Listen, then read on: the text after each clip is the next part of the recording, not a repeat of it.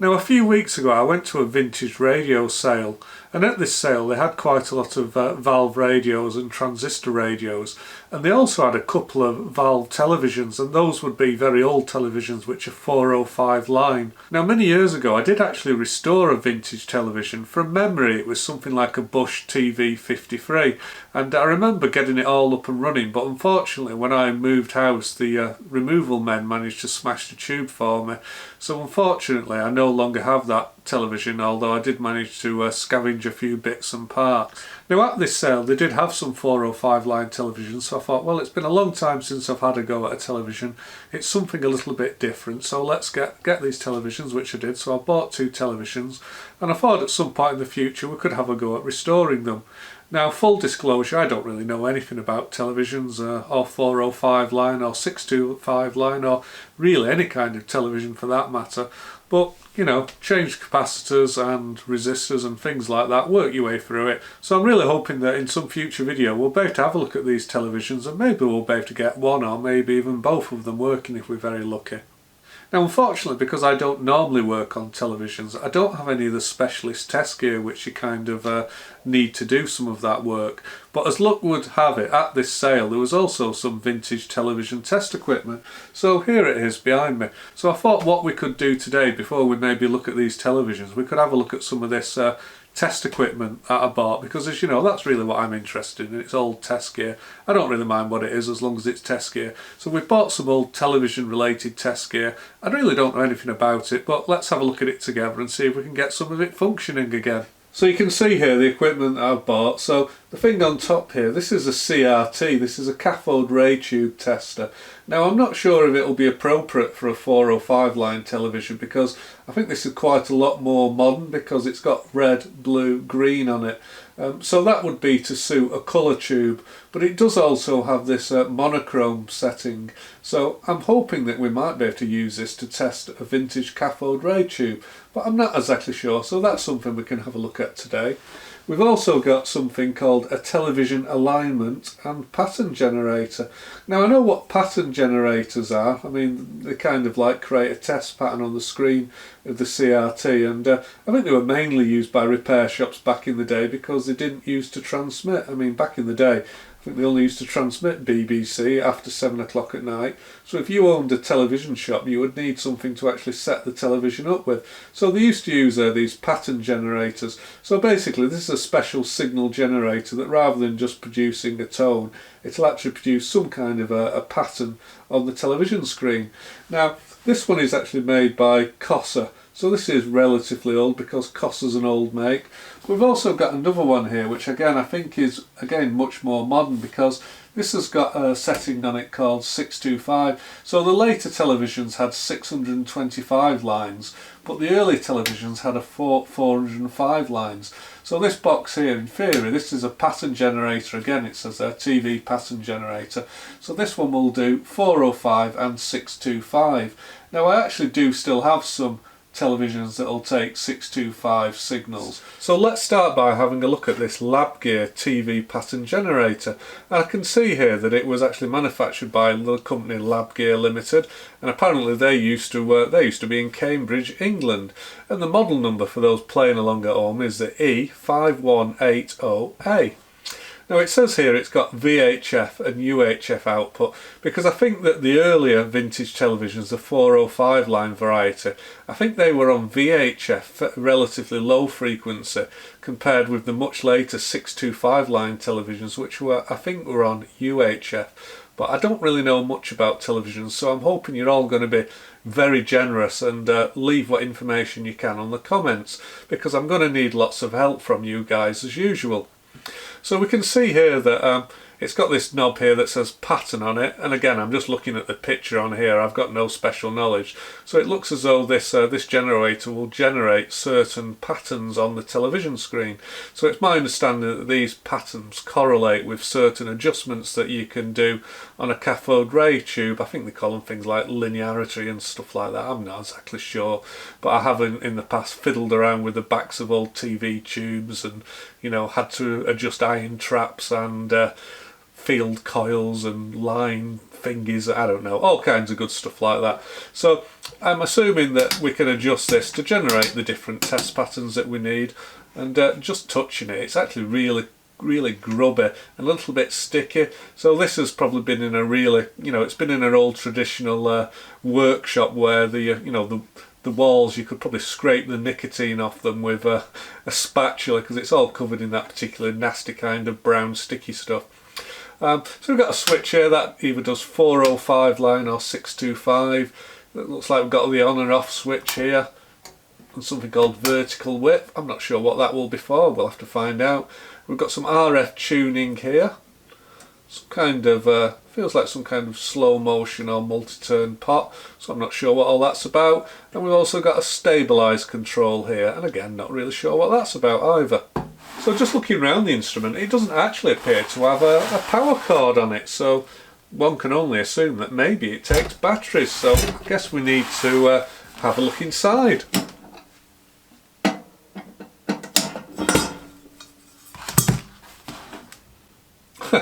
Well, that's going to be expensive. Well, it says on the back that it says HP2 or equivalent batteries.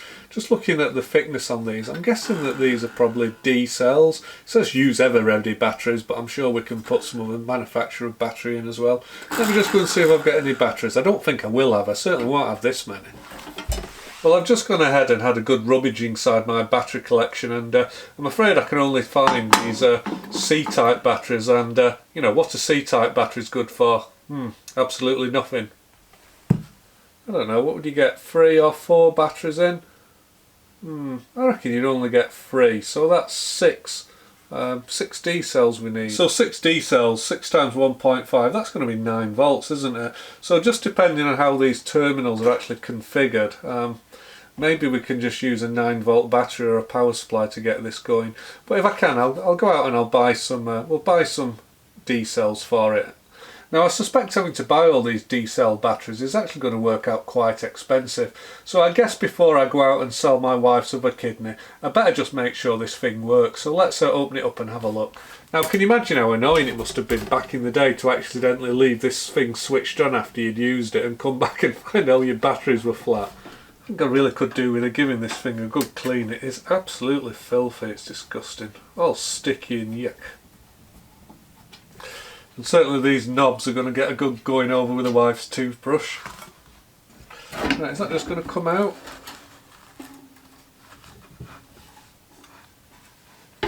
So just taking a quick initial look inside, I can see that there's a lot of adjustability on this circuit board. You can see that there's 1, 2, 3, 4, 5, 6, 7, 8, 9, 10, 11, 12, 13. There's 13 preset trimming potentiometers that must do various things, not exactly sure what.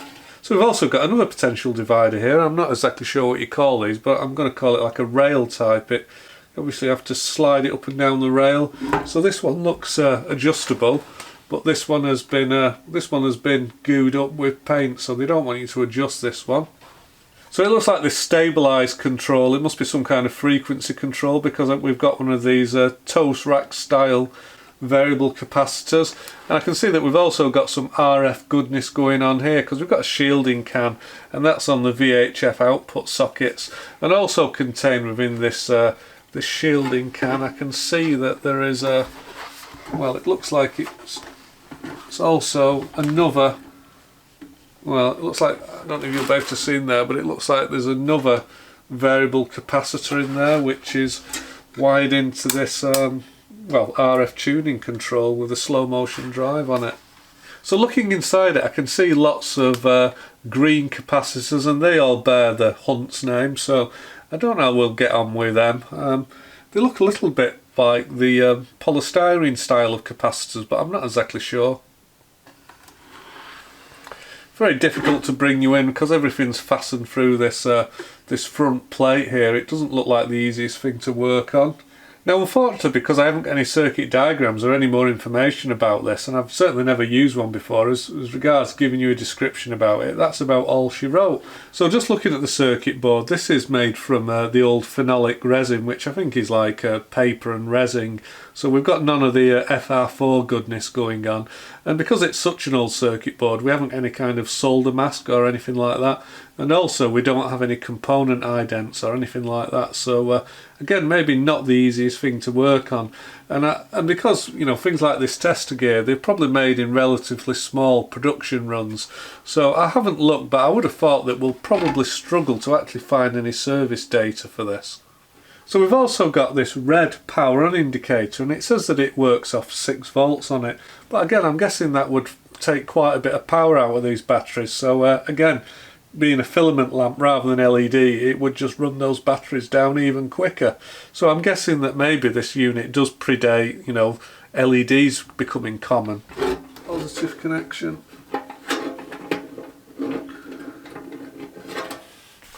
Let's try our negative connection. And I can see that my power supply has gone into current limit, so something's taking more than 300 milliamps, but we have actually got a light.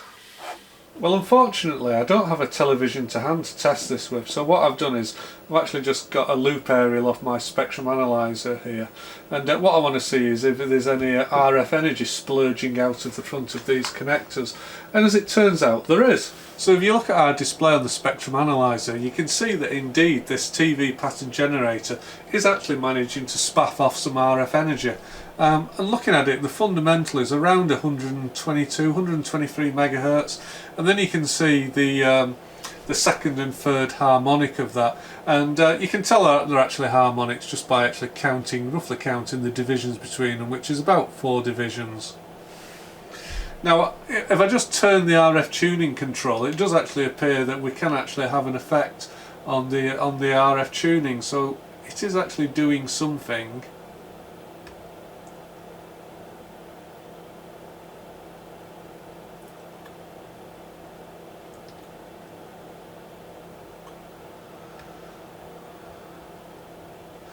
But I have to admit it's not exactly clear to me what it is doing, because yeah, I don't really understand the television signals, to be quite honest. It's not something I'm very familiar with. Maybe what we could do is we could just actually zoom in on that to see if we can see if there's any modulation on it. I think perhaps there is some modulation just by the way that those waveforms are jumping up and down, so let's have a look at that. Well, I've just been playing with this pattern control knob, and what this allows us to do is set various rasters, display various rasters on the television screen, and I've actually noticed that depending on which pattern that we have selected, it does actually affect the display on the spectrum analyzer. So I'm guessing that this is showing that we are actually modulating the carrier waveform. So I don't exactly understand what it means, but I'm going to let you have a look at it, and again, those of you know more about television than me, which is practically everybody, can leave some comments for me. So at the moment it looks like we've just got a carrier in the centre of the screen, and the pattern that I've selected on the pattern generator is just the blank television screen. So it's looking as though it is putting out a carrier, that's all. Now the next pattern that we can select is, well, again, it's just some vertical lines, so let me just turn that on. And you can see that the waveform is changed on the spectrum analyzer quite considerably. We've got kind of an extended, I'm going to call it a sideband on the left hand side of the carrier. So if I go to the next pattern, which is a series of hatches, it's a checker pattern. You can see again that has an effect on the carrier, and then the final one is just lots of little dots, which really pretty much looks quite a lot like the again the fundamental, maybe with just a few spikes on it. So let me just go back to the blank screen pattern just so we can see what that looks like again. So there's the blank screen, there's the vertical lines, there's the hatch pattern, and there's the dots. So certainly this pattern control is actually having an effect. It's actually modulating our carrier. Well, I've got to admit, I'm not exactly sure what that's telling us, but one thing it is telling us that this thing is actually doing something. So I'm going to go ahead, we're going to buy some batteries, let's plug it into a TV and see if we can get a pattern out of it. Who knows, we might get lucky. So for you lot in YouTube land, it's only been a matter of moments, but for me it's a few days later. Now I'm not sure if you can see any difference, but I've actually given this a really good scrub. I've taken the knobs off again, employed the wife's toothbrush to get into all the nooks and crannies, wiped the surface, cleaned it up, and it was absolutely filthy, I have to say. And I actually think it's come up quite well. So I think we're about ready to give this a test, aren't we? And I've also found out a little bit more information about this from the Electrotanya website, where I've actually been able to download most of the user manual for this. And as it turns out, this was actually manufactured around about 1965, and it was actually aimed to be a portable piece of test equipment to go on the road with the television engineers. And as it turns out, I actually only need 6 of these batteries rather than 8, which is of course cheaper, which is good because I only had to sell one of my wife's kidneys. And I'm sure you'll all be glad to know that she's actually recovering very well, and she's going to be out of hospital in a few days, so everyone's a winner. So I think we can go ahead and install these batteries now.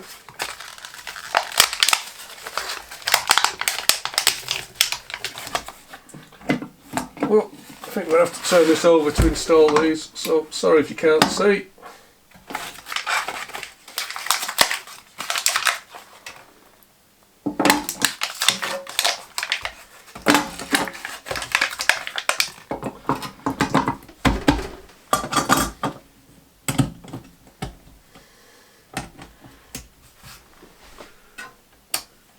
Oh, and it even lights up. Now I think before we go ahead and we try this on a television, I'd actually be really interested to see what the waveform looks like on an oscilloscope. So let's go ahead and do that. So we'll go ahead and we'll just plug this into the oscilloscope, and I'm just going to use a 75 ohm 50 ohm matching unit. Now ideally I should have another 50 ohm terminating resistor on the front end of the oscilloscope, but unfortunately I've been doing some work with RF connectors at work, and I've left all that stuff at work, so oh well, we'll have to see how it goes. Now I'm sure I would have said earlier that I'm certainly no expert on televisions and video waveforms. Well, I'm not going to say that they're necessarily complicated, but they're not something I'm very experienced in, so it's quite likely I may have some of this wrong, and if I have got it wrong, please leave it in the comments and put me right, because it's the only way we learn, isn't it? But what we've got here is somewhat of a complex waveform. I can tell that, you know, just by looking at it. There's a lot going on, there's a lot of shaking, there's bits of information up here. We can see that it's also jittering, kind of moving from left to right. That's because my oscilloscope's having trouble knowing what part of the actual waveform to trigger onto. Now there's always a lot of discussion between analog and digital scopes, and of course you can do a lot on an analog scope if you know how to set it up properly, and to look at waveforms like this we'd be certainly getting into all the delayed time-based fun and shenanigans, but that's a little bit too complicated for me today. So I'm using a digital scope, and really this is where a digital scope is worth its weight in gold. So all I need to do on my digital scope is just press the stop button, and what it'll do is it'll just take a sample. Now what I think we're actually looking at here is I think that each of these deep pulses here, I think between there and there is 1 frame. Now what I understand from 405 line television, we actually transmit, I think we transmit the odd frames and then the even frames, or even then odd, and what it actually does, it actually interleaves them to actually display the picture. So I think it interleaves them. I guess I wanted to use the word interlaced. So these 2 frames I think are interlaced together. I'm not exactly sure, but basically these are maybe all the odd lines and these are all the even lines. So if I've got it wrong, please tell me. And as I say, these little gaps are gaps between, so that's like 1 complete picture. And that's like another complete picture, but even lines and odd lines, and these are separated here by what I think are what they call frame pulses. So what we can actually do is I can now zoom in and we can have a look at that.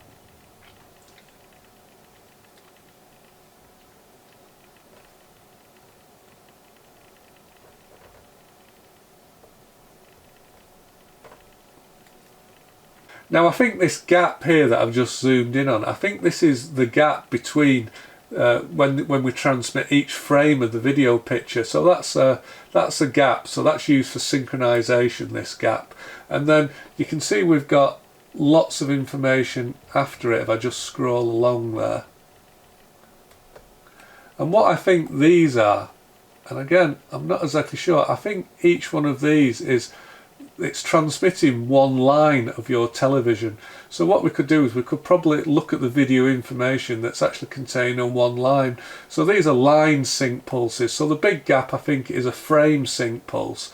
And then between lines being transmitted on the television, you get these line synchronization pulses. But if you know better than me, please correct it, because I could be wrong.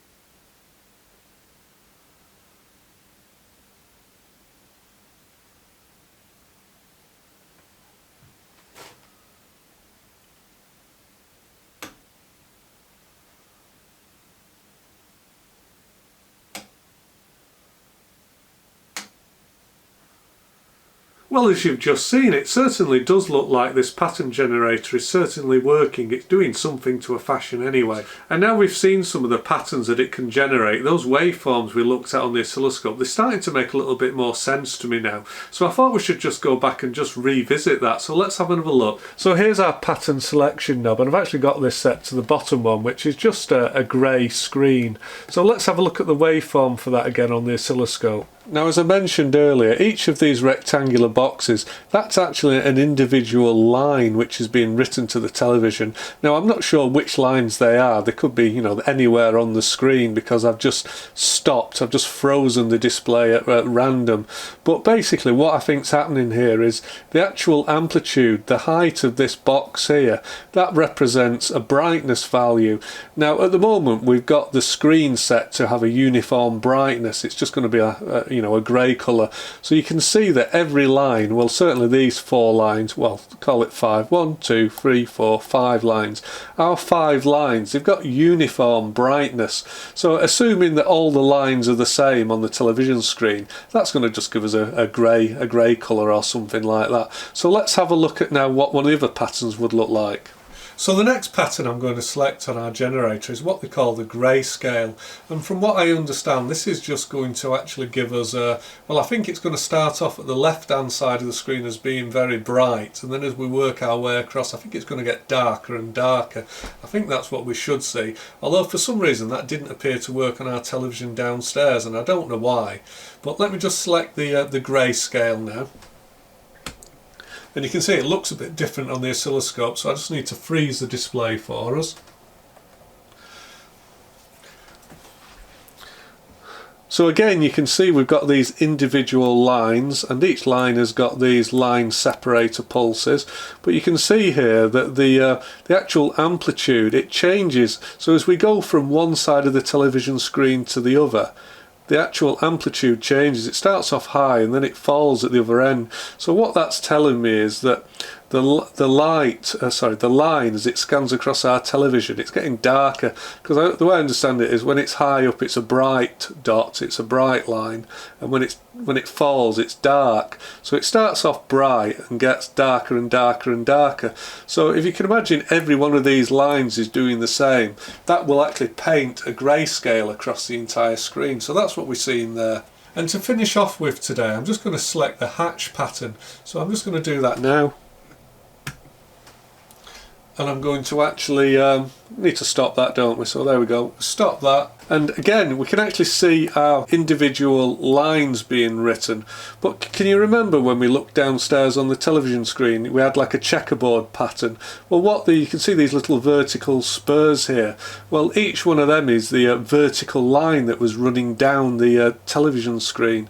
Now, I'm not sure whether the horizontal lines were, but certainly that's the vertical ones. And what I found is there's actually a width adjustment on this pattern generator. So what I can do is I can change the width of those lines. Now, I don't know if you'll be able to see it, but let me try it. So I've just stopped it again and I've got the line width turned to minimum, so you can see the width of those lines there. Let me try and zoom in a little bit. So hard to see, but they're actually quite thin lines now. So what I'm going to do is I'm just going to turn this vertical width control on the pattern generator. So I've got to run it again. I'm going to turn it up a bit. Oh, wrong one. Turn it up. And hopefully you can see that these lines are now wider, because what would have happened on the television screen, those vertical bars will have got wider now. So again, there I've got the vertical width control set at maximum. So I'm just going to start it again. I'm going to turn it down again. Oops, turned it off. Hopefully you might just be able to see that on camera. You can see the lines are quite narrow, and now I'm going to increase the width of them so they've gone wide. And now they're narrow. So what I was trying to explain there, and perhaps not doing a great job of it, this is this hatch pattern that I had selected, and you could see on the waveform it looked a bit like an old-fashioned comb stood up. So we had these vertical spikes that were actually on the line pulses, and I think each of those spikes would have corresponded to one of those lines, and you could see that I was actually making those lines on the waveform get a little bit wider, and the way that I was doing that was by just adjusting this vertical width control here. So it does have the effect of making the waveform, those little spikes, get wider, and that would mean that the actual vertical bars that we were seeing on our television screen, they would have got wider as well. So it is actually all making a little bit more sense, this, but I really didn't understand it until I actually saw the television picture on a real screen. Well, unfortunately, as per usual, I've actually spent so much time waffling on about not very much. It doesn't look like we're going to have time to look at some of this other test gear today, does it? So that means that unfortunately you're going to have to join me for part 2. But I think for today that'll do. So as always, thanks very much for watching. Hope to see you again very soon, but until then, bye bye for now. Bye.